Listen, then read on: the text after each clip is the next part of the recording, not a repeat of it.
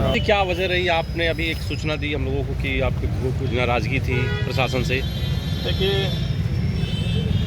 उत्तर प्रदेश में पूज्य महाराज जी लगातार ये कह रहे हैं कि कोई अवैध कब्जा नहीं करेगा, लेकिन आजमगढ़ में आए दिन अवैध कब्जा हो रहा है। आजमगढ़ में मैंने देखा है कि पोखरे की ज़मीन का किस तरीके से गिरा दिया गया है। अवैध कब्जा अभी हो रहा था। कल हमारे कुछ नेताओं ने उस पर भी आंदोलन किया था और नेताओं को किस तरीके से यहाँ के प्रशासन ने अशब्द का प्रयोग किया और भाजपा संगठन को भी उसने बोला। और आज मेरा भाई, एक बड़े भाई हैं, ज़मीन का एग्रीमेंट कराए थे।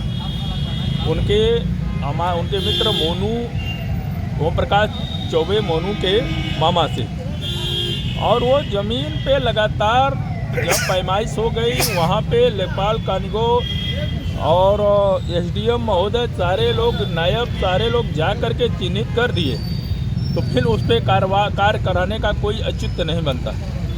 अभी वहाँ पे अवैध रूप से पुलिस खड़ी होकर के कार्य करा रही थी। जब हम लोग पहुँचे हैं तो मेरे साथ एक पत्रकार शिव प्रकाश चौबे जी भी साथ गए थे, लेकिन वहाँ के एसआई महोदय ने तुरंत उनकी मोबाइल खींच करके उनको गाली, अभद्रता का प्रयोग किए हैं। और जब मैंने माननीय जिलाध्यक्ष जी को सारी बात बताया, माननीय जिलाध्यक्ष जी ने कल उस पर पंचायत बैठाने की बात की कि पंचायत बैठा करके इसको हल कर दिया जाएगा। परंतु जब मैं यहाँ आया तो मुझे पता लगा कि 5वीं बार, एक बार वहीं पे मेरा भाई बीच में अलाव ताप रहा था तो उठा ले गए थे, खटिया कुर्सी सब उठा ले जाए। मेरी वार्ता हुई तब जाके कहे अच्छा ठीक है, अब मैं छोड़ देता हूँ, लेकिन दोबारा वहाँ ज़मीन पे दिखना नहीं चाहिए। बताइए, एग्रीमेंट कराई हुई ज़मीन पे हम न दिखे, वो अवैध कब्जा करने वाला दिखे, तो सरकार को पुनः बदनाम कर रहे हैं रानी की सराय एसओ। इसी के लिए अगर मैं अपनी सरकार में न्याय नहीं यहाँ पे पा रहा हूँ, तो मुझे लगता है कि आजमगढ़ में ये सोच रहे हैं कि भारतीय जनता पार्टी की सरकार नहीं है, तो उनकी गलतफहमी है। वो कहीं न कहीं बिरादरीवाद कर रहे हैं वहाँ पे, और वो लगातार वहाँ पे वो विपक्ष से मिलकर, चाहे धन का उनका प्रलोभन हो, चाहे वो, क्योंकि कीमती ज़मीन है तो इसलिए उस ज़मीन का भी प्रलोभन उनको दिया गया हो, तो ये शोर लगातार उस पर। मैं आज सुबह डीएम साहब से मिला, डीएम साहब ने सुबह यहाँ के तलदार महोदय की बात किया, तलदार महोदय ने उनसे बात किया, उन्होंने कहा कि सीआरओ साहब रोके, सीआरओ साहब से बात हुई, सीआरओ साहब कहे मैं क्यों रोकूंगा, सारे अधिकारी कह रहे हैं मैं नहीं रोकूंगा।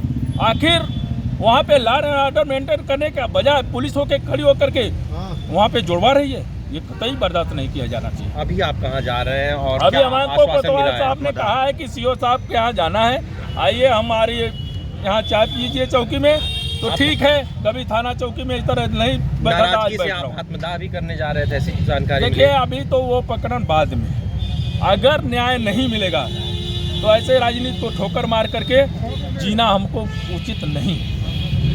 आप पदाधिकारी भी हैं भाजपा में? पदाधिकारी हैं तभी ना आज गलानी है।